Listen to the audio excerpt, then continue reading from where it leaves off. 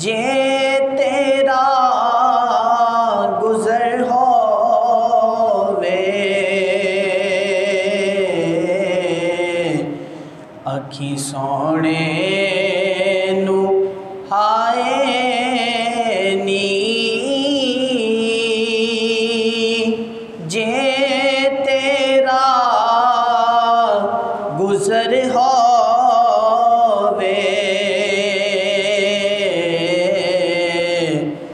میں مر کے بھی نہیں مردا جے تیری نظر ہووے میں مر کے بھی نہیں مردا جے تیری نظر ہووے دم دم ذکر کراں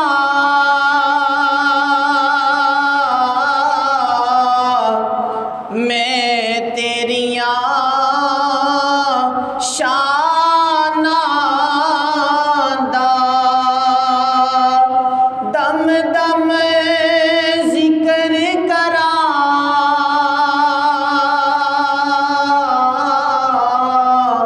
میں اوندیاں شاناں دا تیرے نام تو وارے دیوا جنی بھی عمر ہووے تیرے نام تو وارے دیوا جنی بھی عمر ہووے میں مر کے بھی نہیں مردا جے تیری نظر ہووے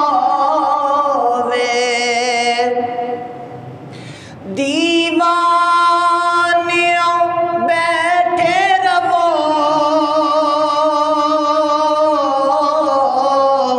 محفل نو سجا کے تے دیوانیوں بیٹھے رہو محفل نو سجا کے تے شاید میرے آقا دا ایتھوں بھی گزر ہووے شاید میرے آقا دا ایتھوں بھی گزر حمد و ثنا کے بعد انتہائی واجب الاحترام عقیدت و محبت کے پھول نچھاور کرنے کے بعد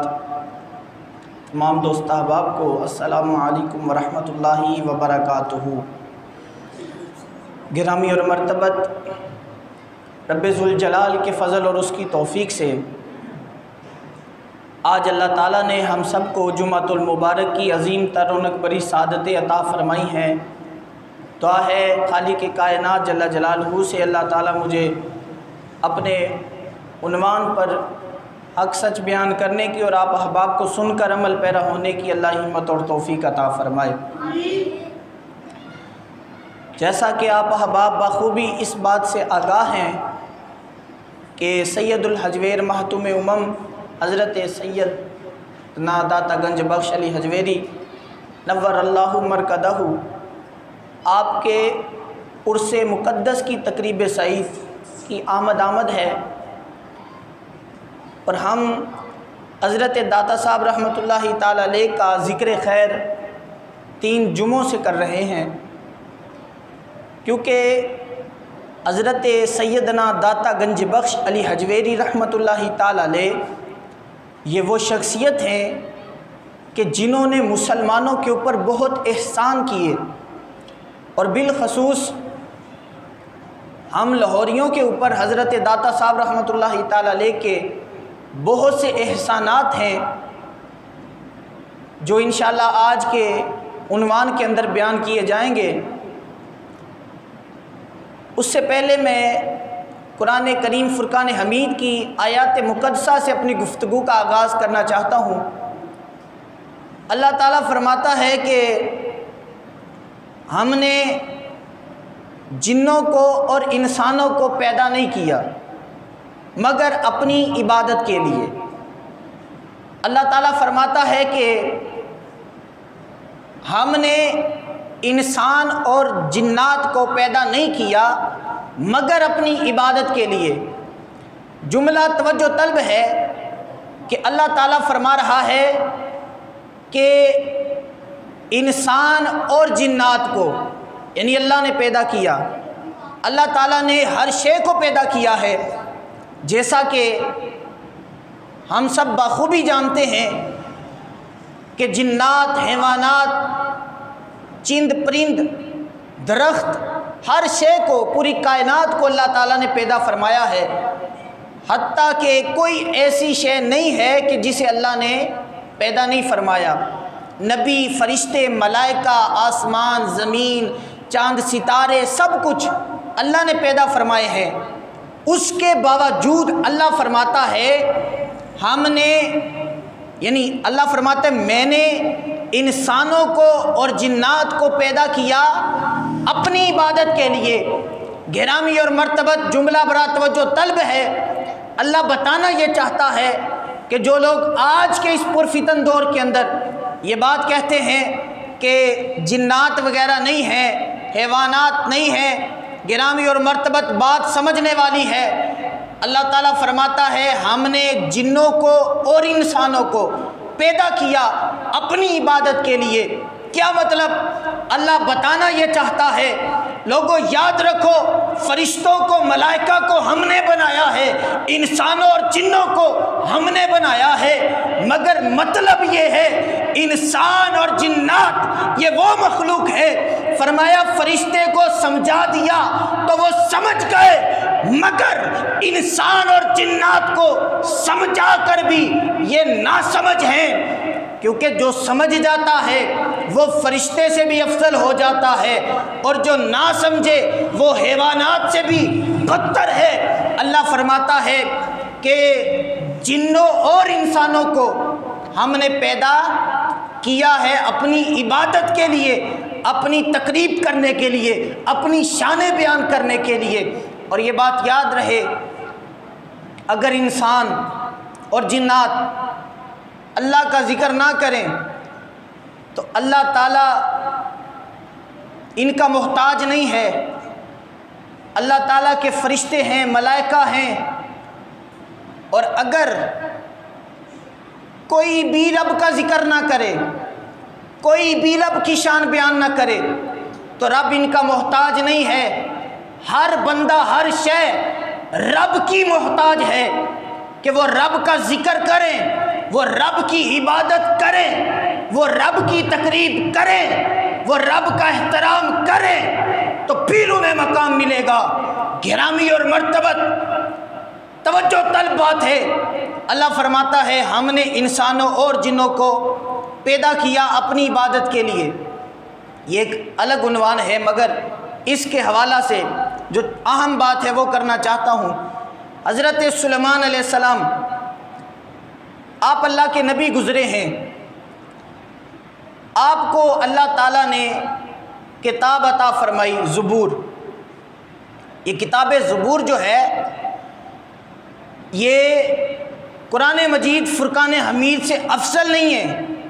یعنی آسمانی کتابیں 4 ہیں، توریت، زبور، انجیل، یہ تینوں کتابیں اور جو آسمان سے صحیفے نازل کیے گئے ان سب سے افضل و اعلیٰ کتاب رب کی قرآن مجید فرقان حمید ہے جو سرکار پہ نازل کی گئی ہے۔ اب یہ کتاب زبور جو حضرت سلیمان علیہ السلام پہ نازل ہوئی، اب یہ کتاب زبور کا علم کتنی پاور رکھتا ہے یہ بات آپ نے یاد رکھنی ہے۔ حضرت سلیمان علیہ السلام اب بیٹھے ہیں، ملکہ بلقیس ملک یمن میں رہنے والی جو یمن کی ملکہ تھی، وہ بیت المقدس کی جانب یعنی حضرت سلیمان علیہ السلام کے دربار میں آ رہی تھی، تو حضرت سلیمان علیہ السلام اپنے درباریوں سے کہتے ہیں، اپنے یعنی شاگرد کہہ لیں، آپ کے خلفاء کہہ لیں، آپ کے مرید کہہ لیں، آپ ان سے کہتے ہیں کہ مجھے تخت بلقیس چاہیے، کون بندہ ہے کہ جو تخت بلقیس کو لا کے میری بارگاہ میں پیش کرے گا۔ اب یہ بات یاد رہے، یہ تخت بلقیس کوئی معمولی چیز نہیں ہے، ہزاروں من ٹن کے لحاظ سے اس کا وزن ہے اور اتنا بڑا کہ تصور بھی نہیں کیا جا سکتا۔ تخت بلقیس کی جڑیں زمین میں اور زمین کے اندر اس کے دروازے، ایک دروازے کے پیچھے دوسرا دروازہ، دوسرے کے پیچھے تیسرا، تیسرے دروازے کے پیچھے چوتھا اور چوتھے کے پیچھے پانچواں، حتیٰ کہ 7-8 دروازے، اور وہ دروازے سارے بند، سب پہ تالے لگے ہوئے، حتیٰ کہ ہر دروازے پہ ایک چوکیدار بھی کھڑا ہے۔ اب وہ تخت ہے ملک یمن میں اور لانا کہاں ہے؟ بیت المقدس میں، ایک ملک سے دوسرے ملک کے اندر۔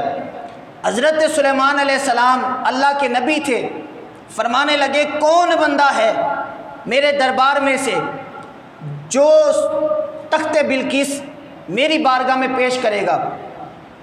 اب وہاں پر جنات بھی تھے، جنوں کا سردار کھڑا ہوتا ہے۔ اب جنوں کا سردار کھڑا ہو کر کہتا ہے، اے پیارے سلیمان علیہ السلام، میں تخت بلقیس کو حاضر کر سکتا ہوں۔ اب حضرت سلیمان علیہ السلام کہنے لگے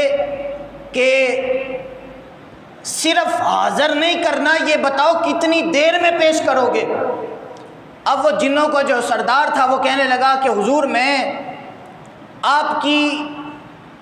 بارگاہ سے یعنی محفل برخاست ہونے سے پہلے یعنی 2-2.5 گھنٹے میں پیش کر دوں گا۔ حضرت سلیمان علیہ السلام فرمانے لگے کہ مجھے محفل ختم ہونے کے بعد نہیں چاہیے، مجھے پہلے چاہیے، اور کوئی بندہ اگر پیش کر سکتا ہے تو بتاؤ۔ اب سارے جنات بیٹھے تھے،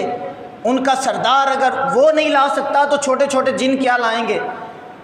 تو حضرت سلیمان علیہ السلام کی بارگاہ میں بیٹھے ہوئے وہ بزرگ ہستی کہ جو کتاب زبور کا علم رکھتے تھے،